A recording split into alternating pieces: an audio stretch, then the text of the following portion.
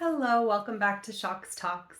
I painted my room and I got carried away. I did more than just the wall behind me. I decided to do the whole room and it feels really peaceful and beautiful. And the whole time I was painting, I was listening to different podcasts and lectures and conversations that were meaningful to me in different ways. And I was putting my intention into the motion of my hand and the paintbrush and imagining that the paint itself was a magical substance.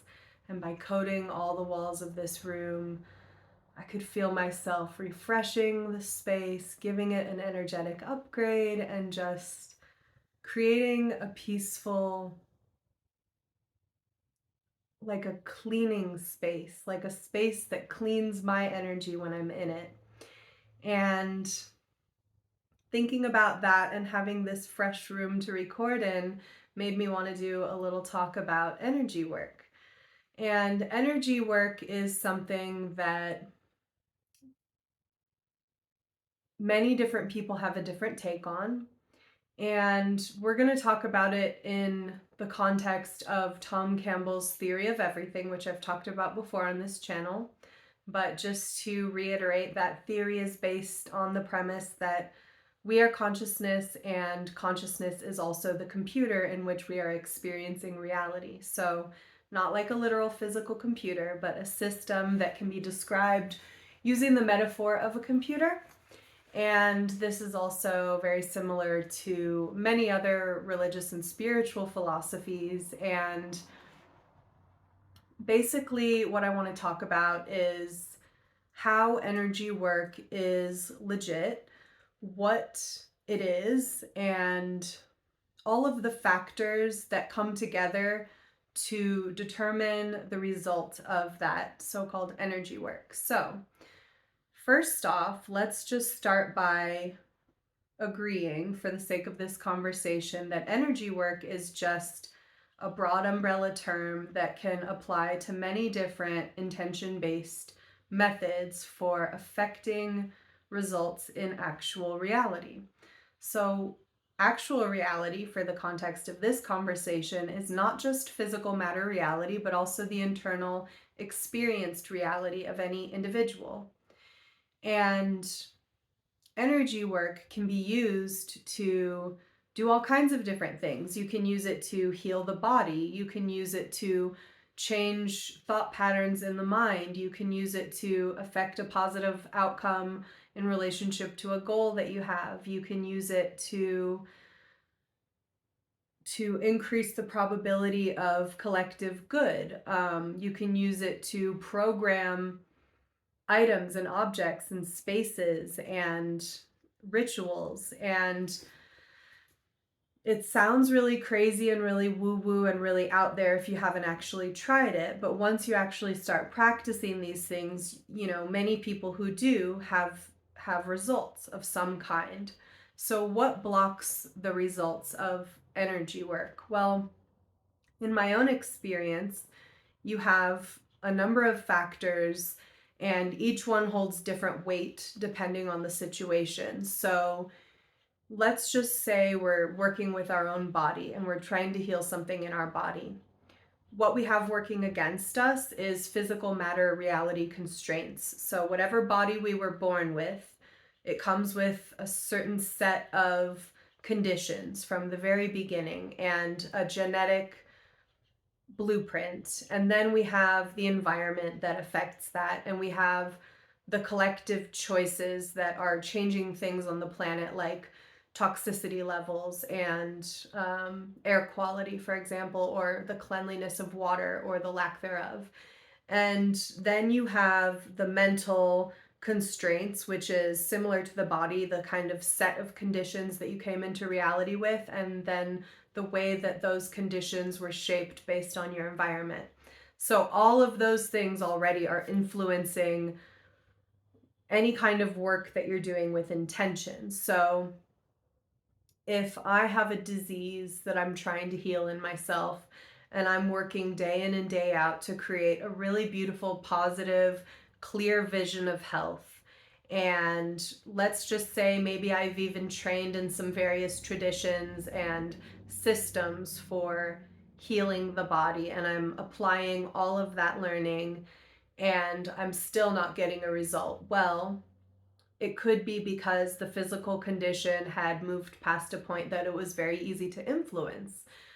It could be that the intention that I've created is hollow or shallow in some way, and I'm actually thinking more about the egoic payoff than I am about the actual healing. Or it could just be that I'm doing everything perfectly right and all the conditions are actually pretty optimal for healing, but there's a soul level lesson that the larger consciousness system or the universe itself wants me to learn. And that includes going through an experience of dis-ease and having to contend with that in this life. And through that process is where the true gold of my experience is going to come from, because there's something there for me. So what are the things that make people feel like energy work is real versus not real? Well, it's usually just personal experience. For people who have some kind of anomalous traumas or like soul damage or soul trauma, and they're feeling like maybe the Western medicine and psychological path isn't giving them the results they're looking for, sometimes people turn to energy healers.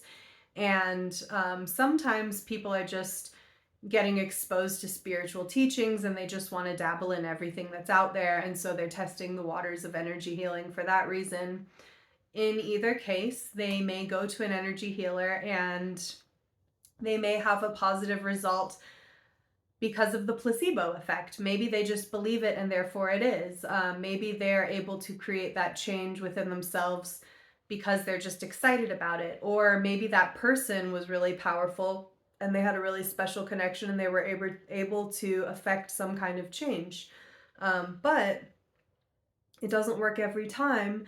And so they go to another healer and then they have an experience where nothing happens and all of a sudden they're questioning everything and thinking like, this can't be real. If it doesn't work every time, it's absolutely not real. And energy work is bullshit. And I can't believe I fell for this stupid blah, blah, blah, you know? And I would argue that just because energy work doesn't work every single time doesn't actually mean that it's not real. It just means that there are so many different factors that can go into whether or not an energy work approach is going to be effective or not. So then it just seems so chaotic. Well, why would we mess with it at all if it's not reliable and it's not, we can't prove it and it doesn't happen the same way every time? Well, that's up to you. I think the truth is, for a lot of people, we've had really positive experiences with working with our intentions or working with energy,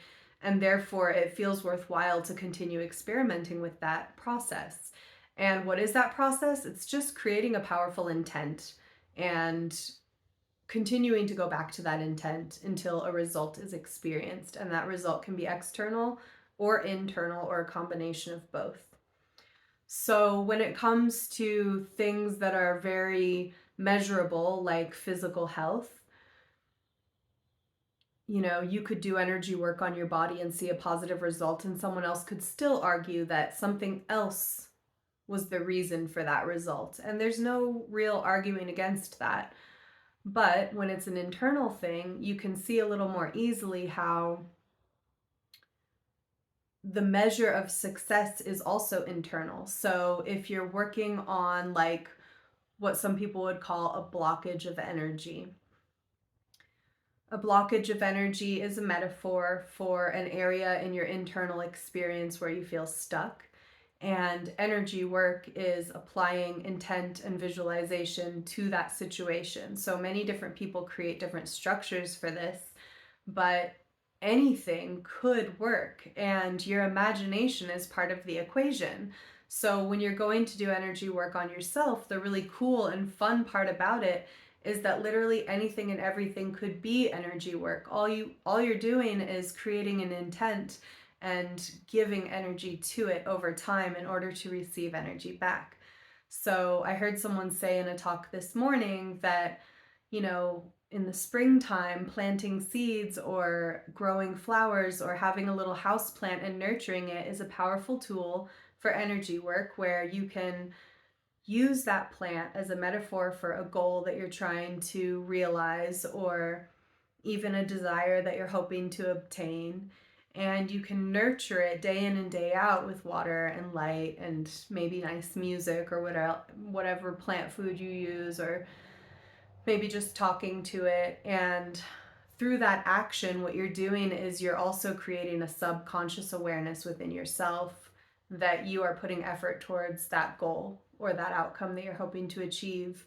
And that's powerful in and of itself. And even if you could argue that, well, you can't prove that and that nothing's really happening and it's just a waste of time, well, there's one definite result that you can't even argue against, which is that during the time when you're doing that activity, if it feels peaceful and good, you're getting a result right then and there. You're getting a positive outcome. And so much of the time we allow our mind to just spin out on things that we don't like or things that stress us out or bring us down, when we could be focusing our mind on something beautiful, like growing an intention into reality, or even just growing a flower. And during that time, you might have a peaceful response in your nervous system, and your brainwave patterns might mellow out, and your heart rate might smooth out to an optimal level. And all of those things create positive physiological effects that can influence a positive health outcome. So I think energy work is real. For me, energy work is real. And it's just a term, and that term doesn't work for everyone, but basically what it means to me is that we all have the power of imagination and intention, and through that power we can create positive effects on our external and internal realities, and also on our collective reality. So today I'm going to do the energy work of drawing my energy deep within and allowing all of my feelers of awareness, my tendrils that are constantly sponging up other people, or what I think other people are thinking, or what I'm worried about, or what they're worried about, or what I think they're worried about, and all that kind of far edges of my peripheral awareness kind of energy. I'm just going to draw that back in using this visualization, which already feels powerful because the idea of it feels good. And then I'm going to hold my own self into my center and just listen.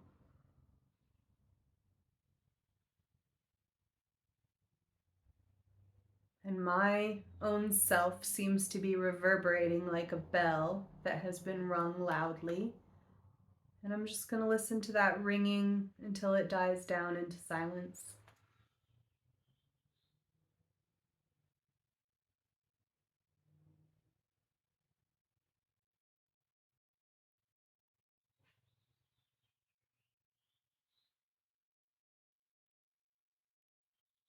See you next time.